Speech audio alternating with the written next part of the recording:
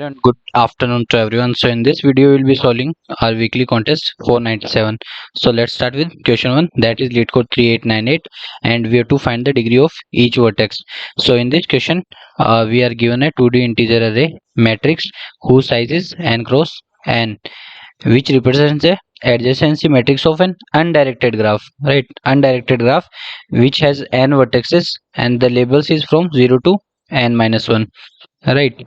And matrix of I comma j, if it is equal to 1, that means there is an edge between node I and node j, but if it is equal to 0 means there is no edge between the two vertices I and j. And what is the degree of a vertex? Degree of a vertex is the number of edges that are connected to it. Let's say I, j, then k.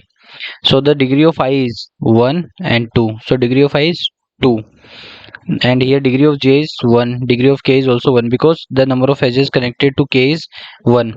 So we have to return an array answer whose size is n, where answer of I represent the degree of each vertex I. So let's see an example. So in this example, so if you see 1, so 1 is connected with 0 and 1 is connected with 2, so the degree is 2 because it has two edges. Similarly 0 has two edges. Similarly 2 also has two edges, so the output is 2. Now let's see it. Now try to get it with the help of matrix. So 0 1 1 1 0 1 1 1 1, right? This is our matrix, and let's say this is 0 1 2 0 1 2. So matrix of 0 comma 0 is 0, means there is no edge between node 0. Then matrix of 0 comma 1 0 comma 1 is 1, means there is an edge between node 0 and node 1. Similarly matrix of 1 comma 0 1 comma 0 is also 1, that means there is an edge between 1 and 0. So if you see 0 and 1 and 1 and 0, these are counting multiple times, like we are counting every edge two times in the matrix.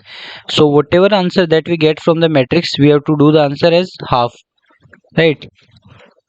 So if you'll see by with the help of matrix, here the output that we could have get is 4 4 and 4, because each edge is counted twice, one in the pair I comma j and other in the pair j comma I, right? So we have to half the answer that we get in the end.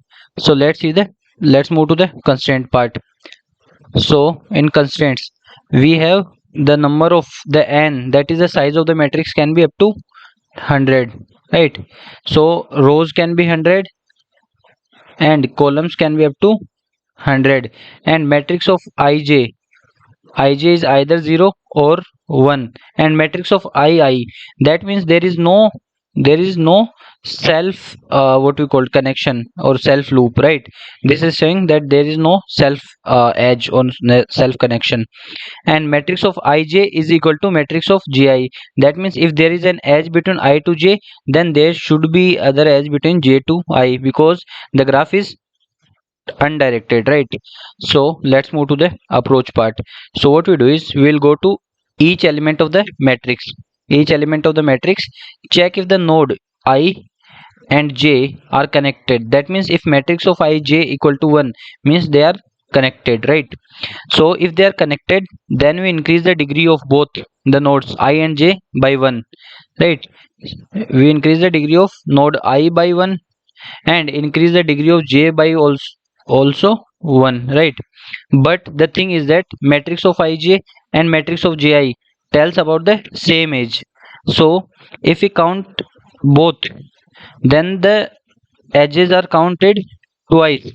So the one way is, at the end after calculating, we we half the all the answers.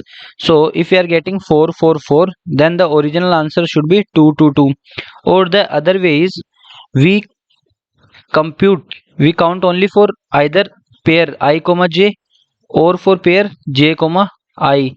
So I have taken the second method, that I am counting only for one time, right?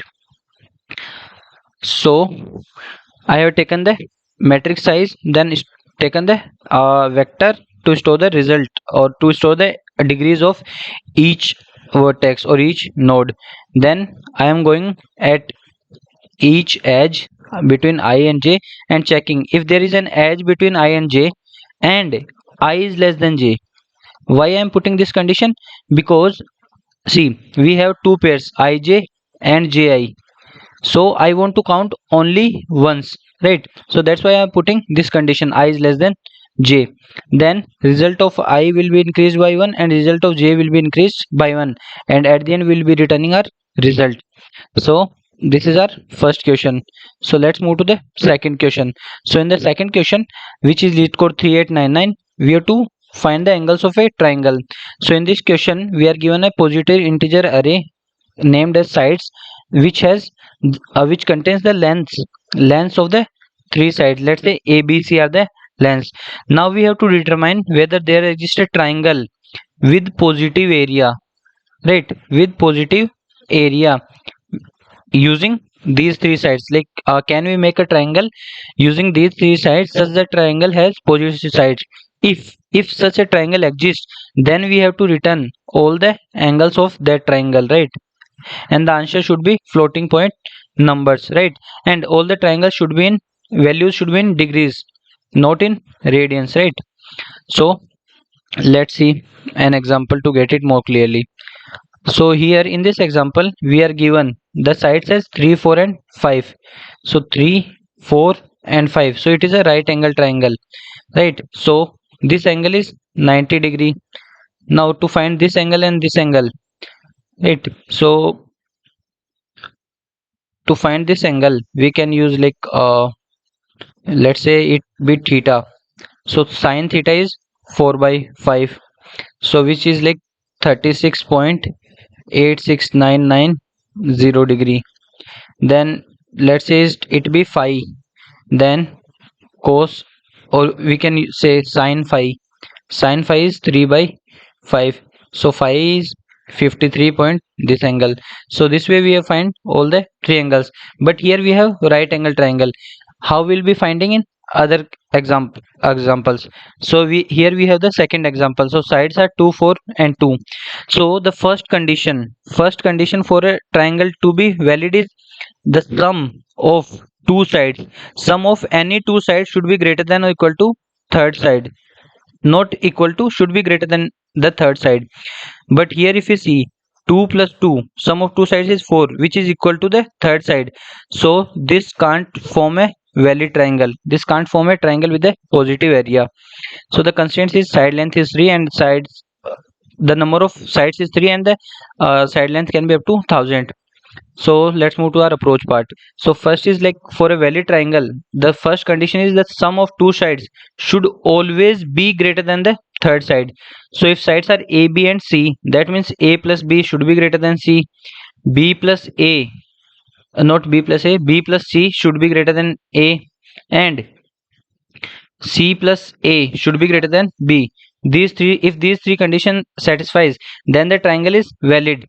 But if sum of two sides is less than or equal to third side, or sum of two sides is less than or equal to third side, if these three conditions are satisfied, then that means the triangle is not possible, right? Because these three conditions are violated in these cases, right?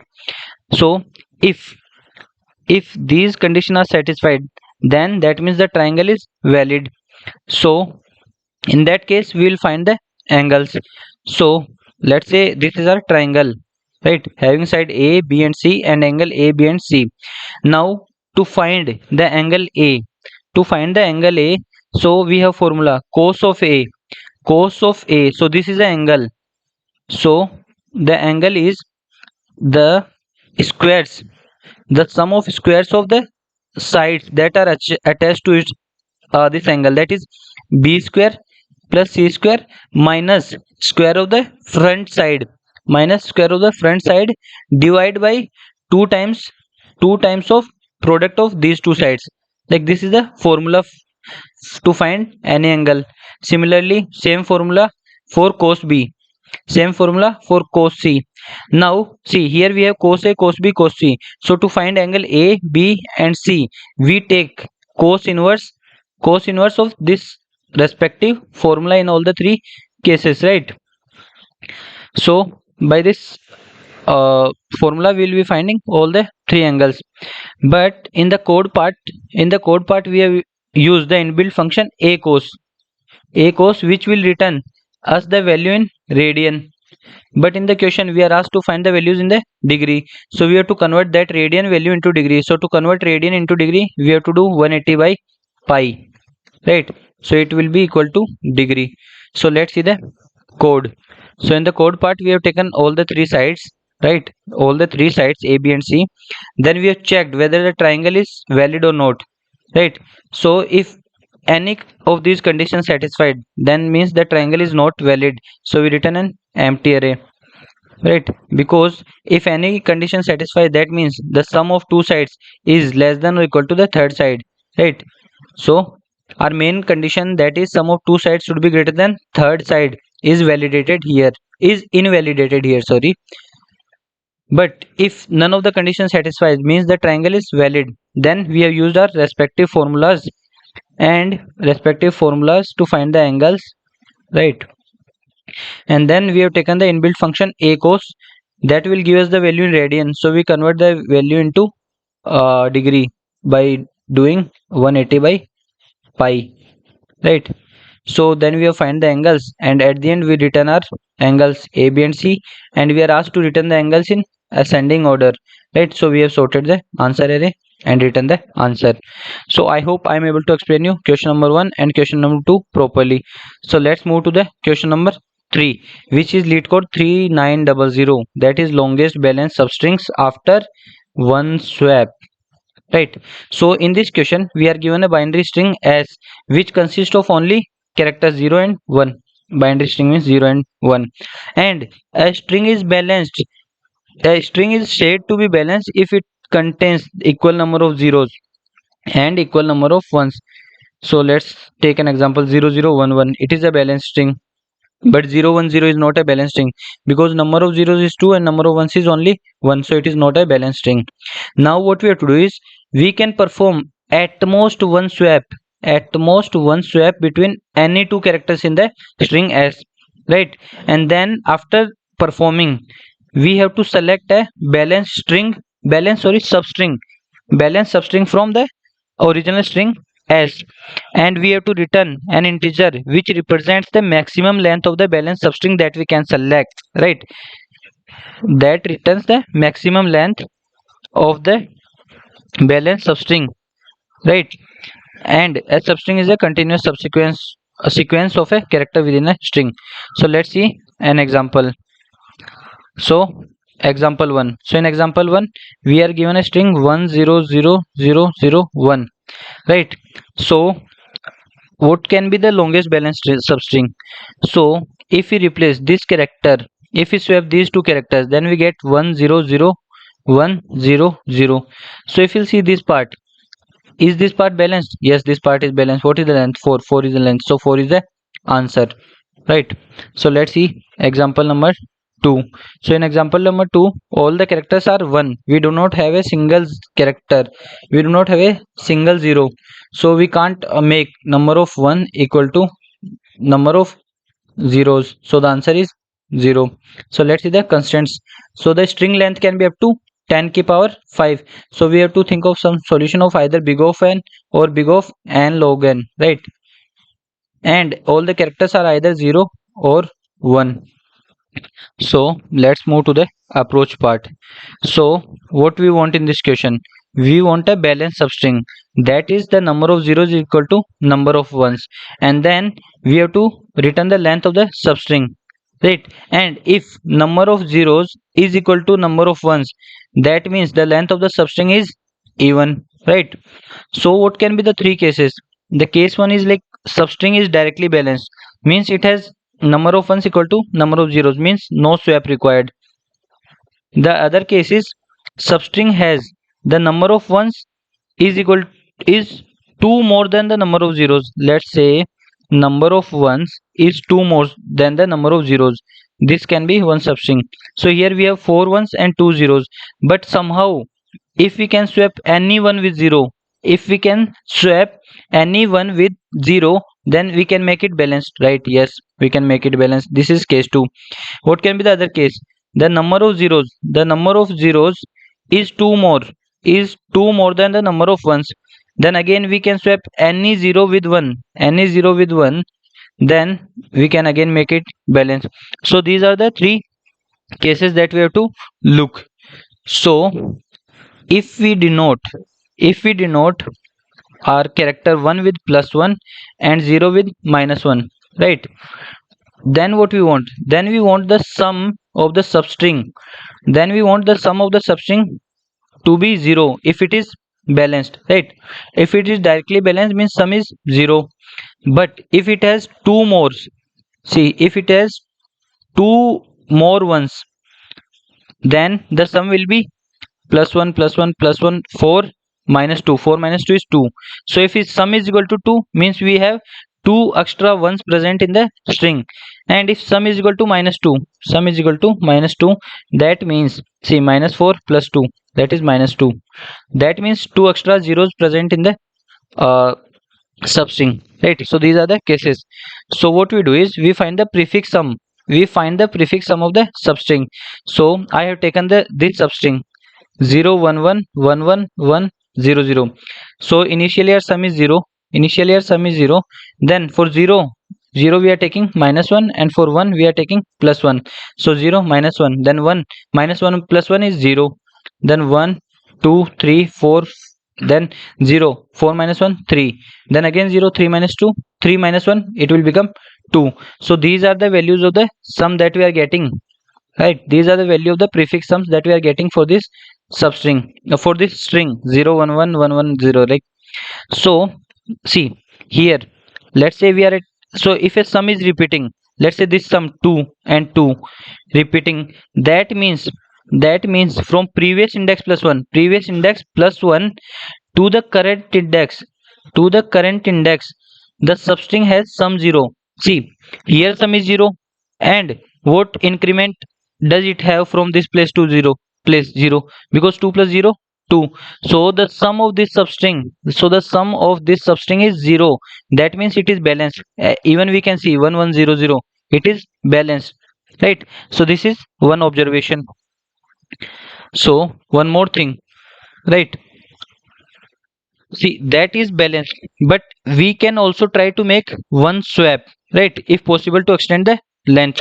So instead of checking the current sum only, instead of checking the current sum only, we can check current sum +2, means two extra ones are present, then we swap 1 1 with 0 and make it balanced. Or current sum, current sum -2, means we can, if two extra zeros are present, then we replace or swap 1 0 with 1 and make it balanced. So at every point we will check three things, we will check three things. One is the previous current sum, like does the previous current sum is present earlier, or we check current sum +2, or we check current sum -2. Like these are the three things that we'll be checking.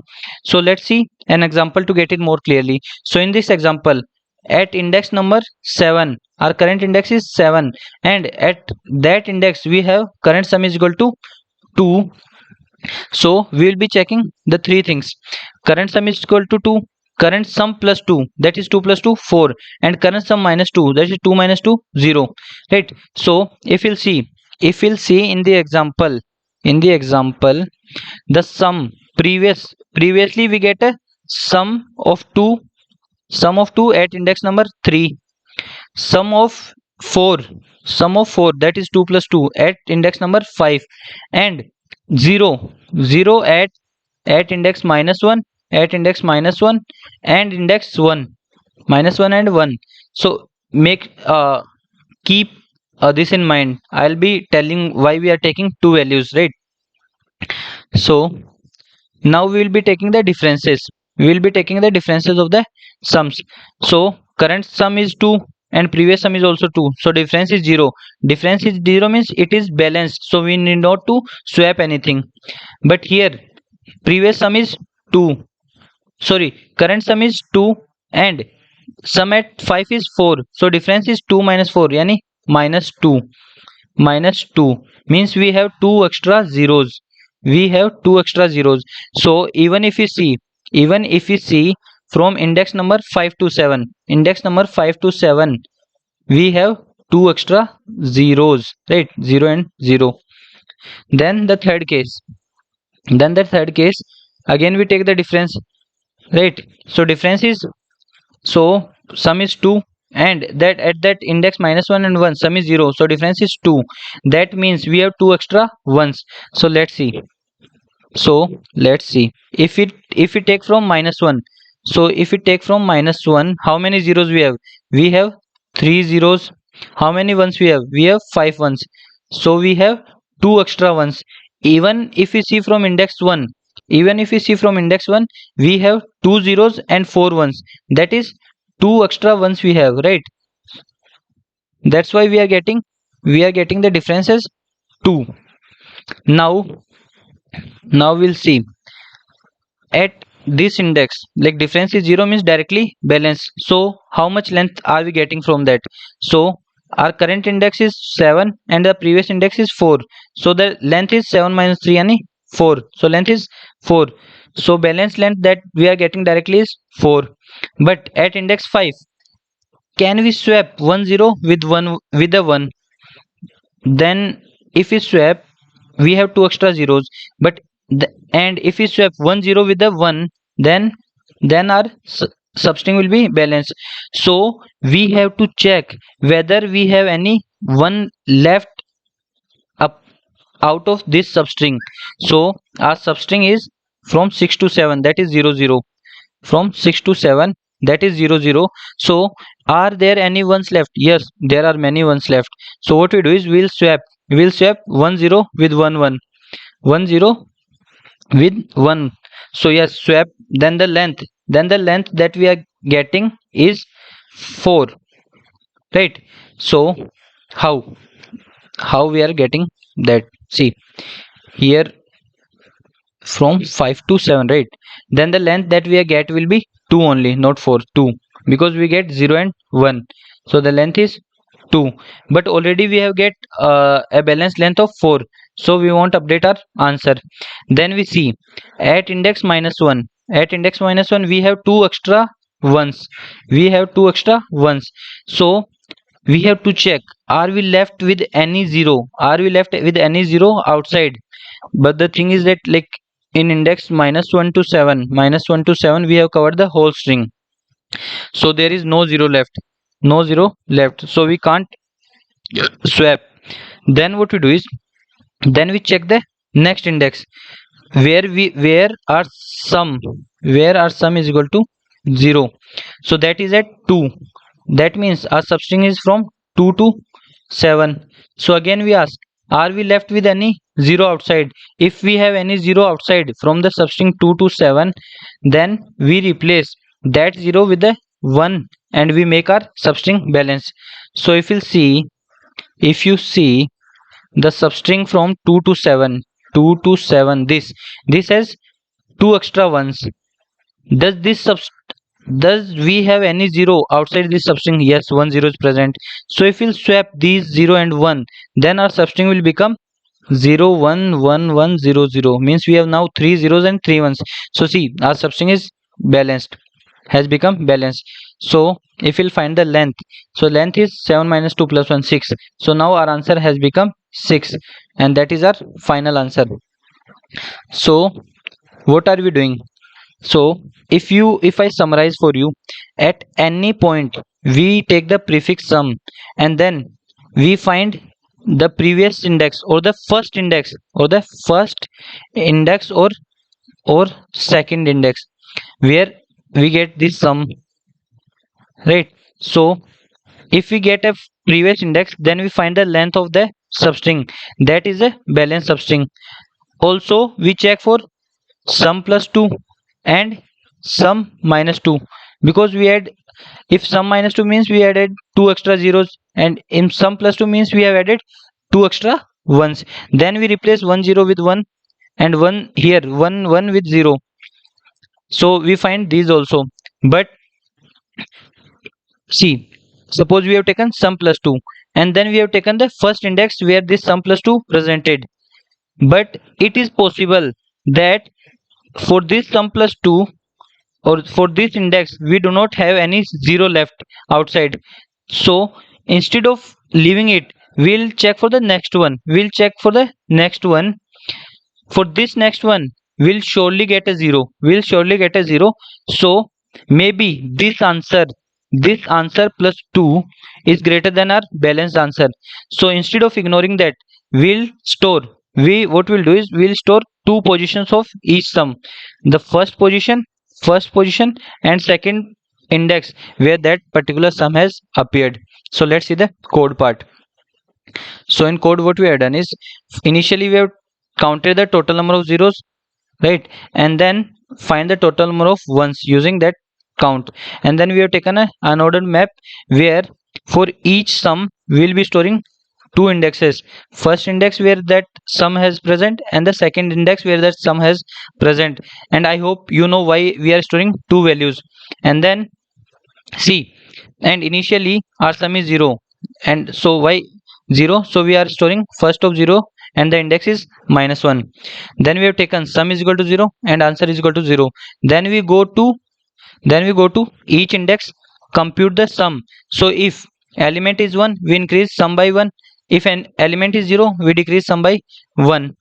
Then what will be our targets? Our targets will be sum minus 2 and sum plus 2. These are the three targets that we want. So then we iterate over each sum. So first see, we check whether this sum has appeared earlier or not. If it hasn't appeared earlier, then we skip. But if that sum has appeared earlier, right, then what we do is then we uh, take the two indexes, first index and second index, one by one. So first we take the first index, first of target. Like see, this first of target is a vector that has two values, first and second, right? So we take the first. So then using the first we find the length and the difference. So if difference is equal to 0, if difference is equal to 0 or difference is equal to 2 or difference is equal to -2, like these can be three cases. So if difference is equal to 2, that means we need some 0 outside, so see, here what we have done is we have find the ones in our current length, that is length plus difference by 2, and the 0 is length minus ones. So we have find the number of zeros and number of ones in our current substring, right? So using that we'll find the number of zeros or number of ones present outside. So if total 0 is greater than the number of zeros that are present in our substring, that means some 0 is present outside, so we can use that 0. Similarly for 1, so if these three conditions satisfied, if any of the three conditions satisfied, then we take the answer, then we take the length as the answer, right? And break this loop. So suppose for the first test case, for the first index, I have already taken an example -1, 1 and 1. So in case of -1, we are not left with any 0. So we have moved to the next index, that is 1, and at 1 we have find 1 0. So we have taken that. So make sure to see that example, right? So after finding the results, we store that length in the answer. And if the vector, if the vector size is less than 2, means we haven't stored two indexes, then we store the current index as the sum where this as the index where this sum has appeared, right? And at the end we return our answer. So I hope I am able to explain you question number 3 also. So let's move to the question number 4. So question number 4 is LeetCode 3901, that is good subsequence queries. So in this question we are given an integer array nums whose length is n, and we have an integer p. So basically a non-empty subsequence of nums is called good. So a subsequence is called good if the length of the subsequence is less than n, and the greatest common divisor of that subsequence is exactly equal to p, right, is exactly equal to p, then that subsequence is called as good subsequence. Also, we are given a 2D integer array queries whose length is q, and each query has one index and the value that we have to update at that index, right? And after updating each query, we have to determine whether there exists any good sequence in the current array. And if there exists a good sequence in the array, then we increase our answer by +1, and at the end what we have to do is we have to return the number of queries for which a good subsequence exists. So let's see an example. So we have taken the example 4 5 7 8 and p is equal to 3 and queries are this. So first of all we will be doing query 1. So we updating index 0 with 6. So now after updating that, our array will become 6 5 7 and 8. So does there exist any subsequence whose GCD value is equal to p or is equal to 3? So if we take GCD of 6 and 5, it is 1, 5 and 7 again 1. So there is no subsequence which has the GCD as 1. So our answer will be 0.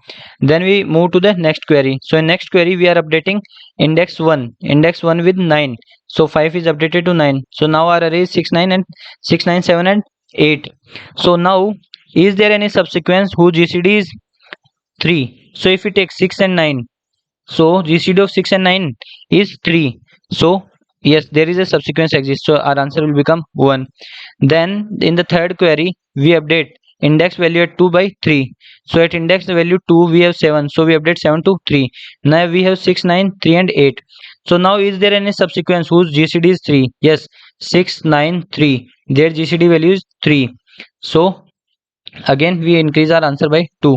So the total number of queries that has a good subsequence are query number 2 and query number 3. So total count is 2. So 2 is our answer.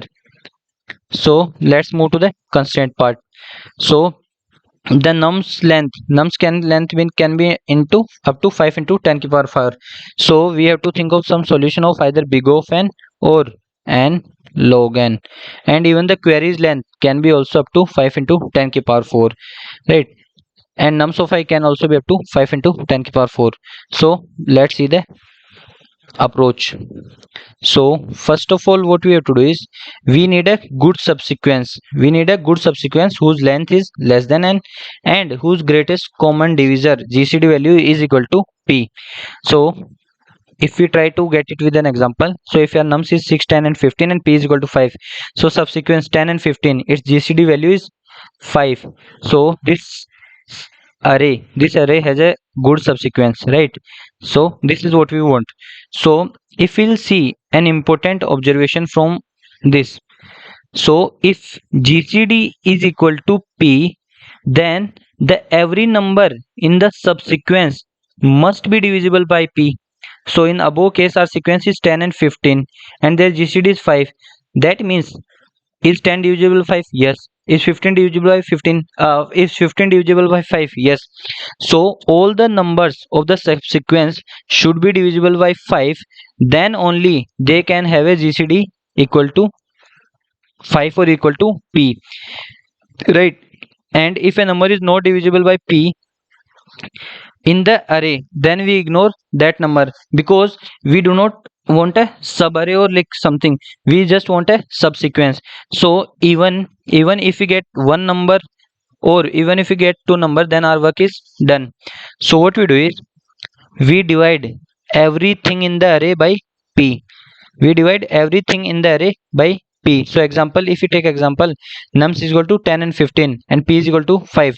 So after dividing we get 2 and 3, right? After dividing we get 2 and 3. So if you'll see the GCD value after dividing with p, the GCD of the subsequence should be equal to 1. Suppose if you have 10 and 20 and once we divide with and p is equal to 5. So once we divide with p, we get 2 and 4, but their GCD is not equal to 1. That means the GCD of this subsequence is not equal to p or not equal to 5, right? So after division, if the GCD of the subsequence is not equal to 1, that means it is not possible. It is not possible to have a GCD equal to p. So now our problem has become that after division, after dividing all the elements with p, is there a subsequence whose GCD is equal to 1? That now we have to check this condition. So now our whole thing depends on the value of the GCD. So what we do is we must maintain a GCD of numbers divisible by p. So we'll be storing that. And see, we have queries. So after each query, let's say take an example. So we have 6, 10 and 15, 6, 10 and 15, and p is equal to 5. So what we do, so the sequence that is divisible by 5 as 10 and 15, so we divide that, so we get 2 and 3. And the C GCD is equal to 1, means it is a valid. Now suppose we have updated 15 to 20, so it will become 10 and 20. Now the GCD is after division is not equal to 1, it is equal to 2. So after each update we must recompute the GCD to check whether the whole subsequence still has a GCD equal to p or not, because earlier GCD is p equal to 5, but after updating the GCD has become 10, which is not equal to p, right? So here if you have noticed, what we have to do is we have to use segment tree. And like why? Because we need to update one element and we have to recompute the GCD fastly. So normally if we recompute the GCD, we will be taking big of n time, because we have to go to each element and check. But in segment tree the same thing can be done in big of log n time, right? Update is done in big of log n time and GCD value will be directly present at root. So to find the GCD, means update and GCD, the whole thing can be done in log of n. Earlier it is in big of n, right? So we'll be using segment tree. Now let's understand what is happening inside the segment tree, like how segment tree will handle this thing. So what we do is inside the segment tree we'll store the GCD of different ranges. So let me explain you with the help of an example. So we have taken this nums array 6, 10, 15 and 7, and p is equal to 5. So initially we store array of I is equal to nums of I divided by p. If the number is divisible by p, then we store that value, else we'll be storing 0, right? So let's start. Is 6 divisible by 5? No, so we store 0. 5 divided by 10 divided by 5, 2.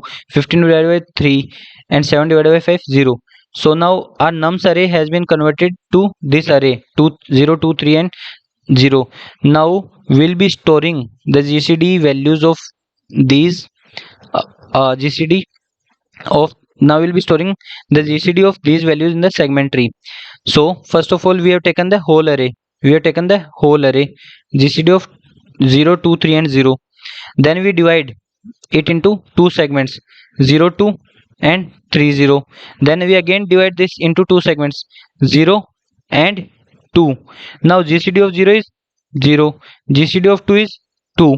So we get 0 from here and 2 from here. Now to find the GCD of this part, we will be taking GCD of the left part and the GCD of the right part. So GCD of 0, 2 is 2, so we have stored 2 here. Similarly here 3 and 0, so GCD of 3 is 3 and GCD of 0 is 0. So GCD of 3, 0 is 3, that is left part and right part. So GCD of this range is 3. Now this will return 2, this will return 3. So GCD of this whole thing is 1. So after dividing with p, what we want? We want the GCD of the whole value to be equal to 1, and that is what we are getting. So this is how we'll be building our segment tree, right? So root value, that is segment of 1, is equal to 1. That means GCD of all the numbers is equal to 1. So good subsequence exists, but we want what we want subsequence to be less than or n, the length of the subsequence to be less than n. So we have to remove one element, which I'll be explaining you later how we'll be removing that element. Now let's see how the updates are done in the segment tree. So now what we want to put 20 at index number 2. At index number 2 we want to put 20. So first we divide 20 by p, that is 4. 20 by 5 is 4. So what we do, we'll see in this range on which side 4 is existing. So 4 is existing on the right side, right?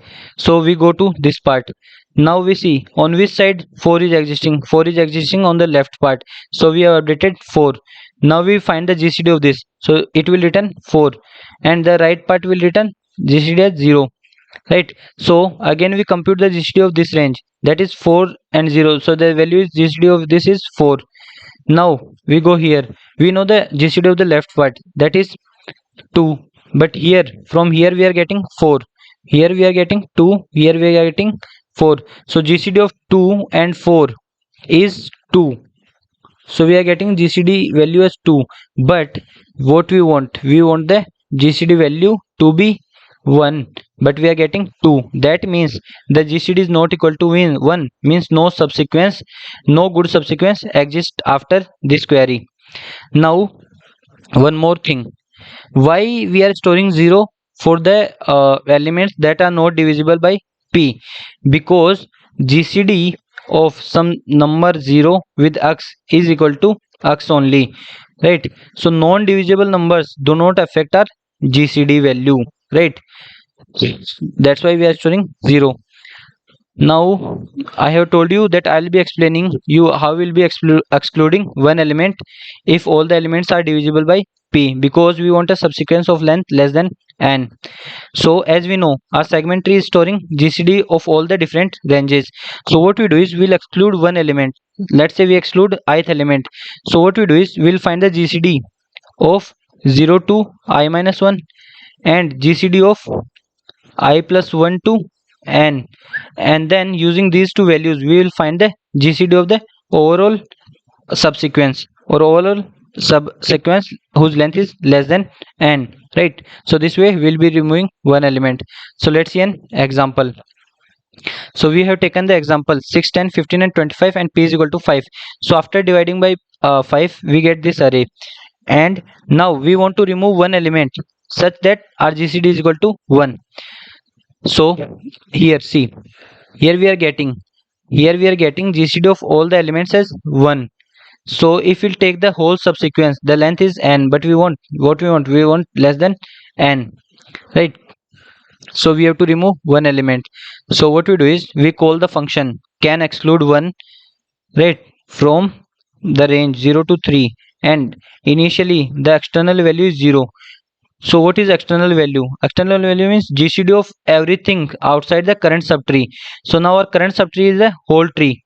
Whole tree is our current subtree. So the external GCD is 0, right? So what we do is first we try to exclude the left part, right? So if we try to exclude the left part, then what will be our GCD? GCD will be external part and the GCD of the right subtree, right?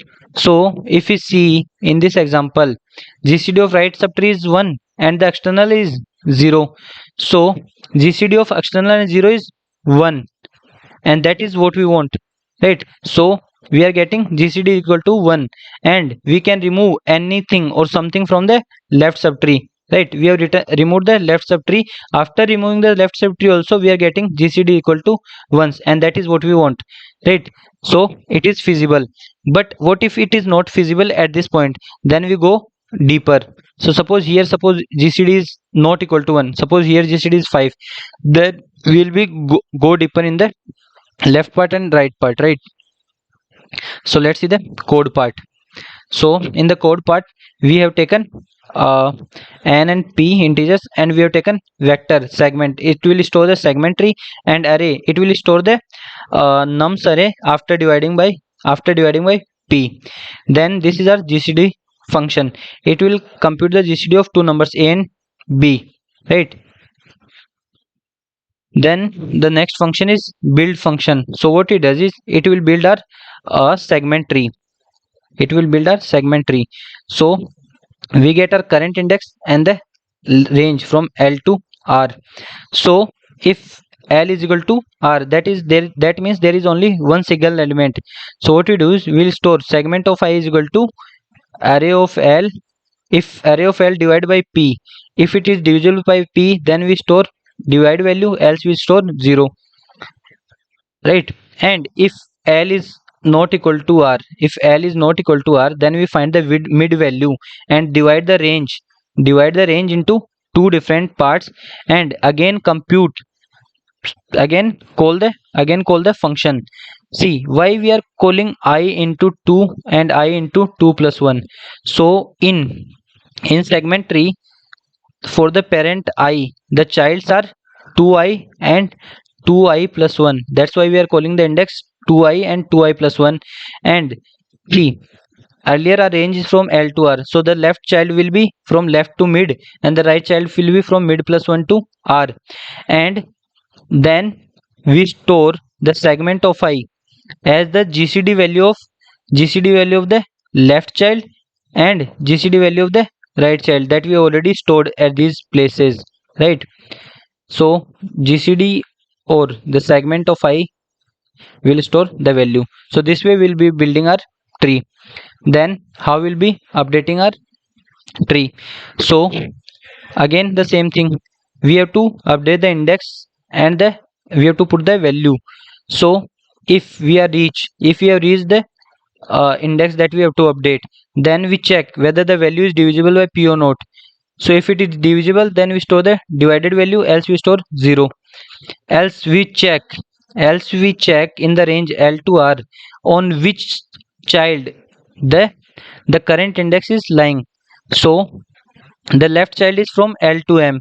So we check if index is less than M. If index is less than M, then our child, that our index that we have to update, lies in the left child. So we call the left function. Else we call the right part of the tree, right? And after updating, again we calculate the GCD value, right? Then the exclude function. So in the exclude function, if we get the left is equal to R and R external is equal to 1, if left is equal to R, that means the external will be 1. And then we find the mid part, and then we see which one to remove.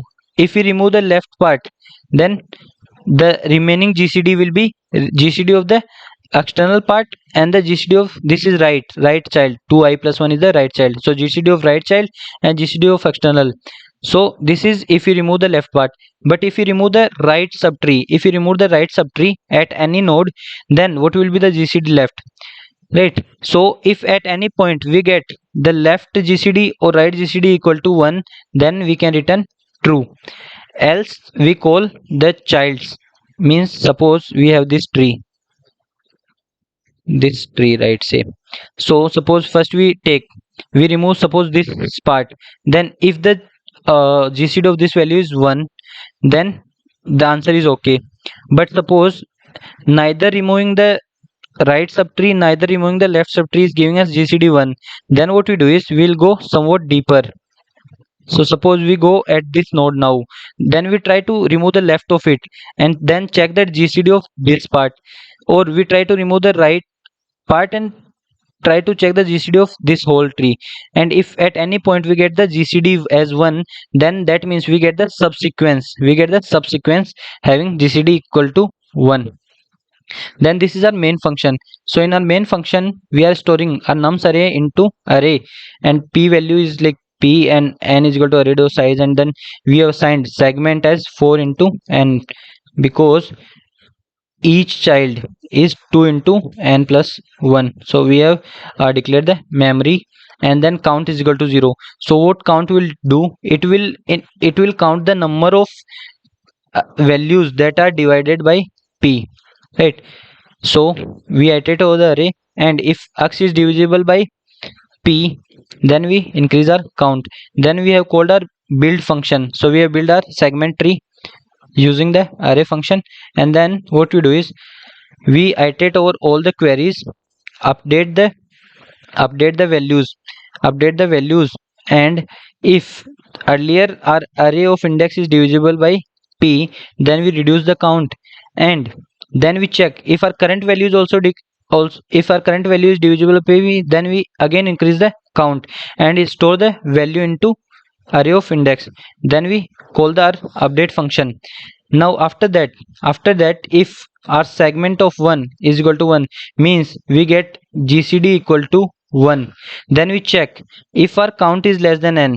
If our count is less than n, that means this gcd do not include all the n elements, means the subsequence is less than n, so we directly increase our answer by 1.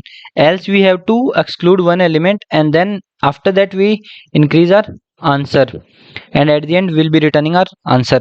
So I hope I'm able to explain you all the four solutions. So if you liked the video, please make sure to like, share and subscribe the channel. Thank you.